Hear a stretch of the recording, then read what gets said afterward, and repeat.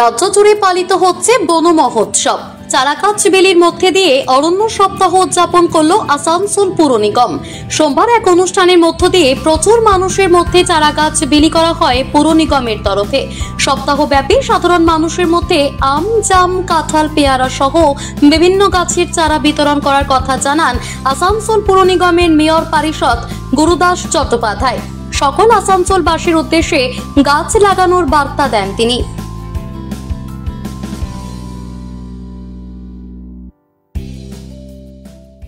আজকে কর্পোরেশনের তরফ থেকে দুটো জিনিসের জন্য একটা মিটিং হয়েছে এবং আজকে অরণ্য সপ্তাহ কাল থেকে শুরু হয়েছে।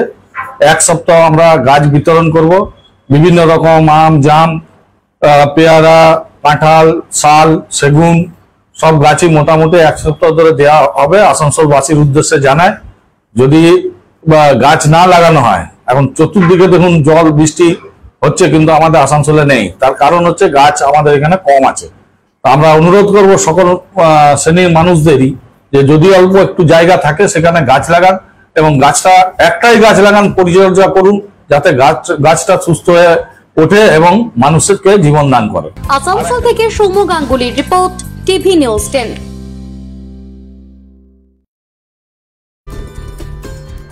সহজেই স্বাস্থ্যসাথী কার্ডের মাধ্যমে সুচিকিৎসার একমাত্র প্রতিষ্ঠান citizen hospital, Bidhannagar, Durgapur. Helpline number 9800897855। অ্যাপয়েন্টমেন্টের জন্য ফোন করুন 7477783932 কিংবা 9933475697 এই নম্বরে।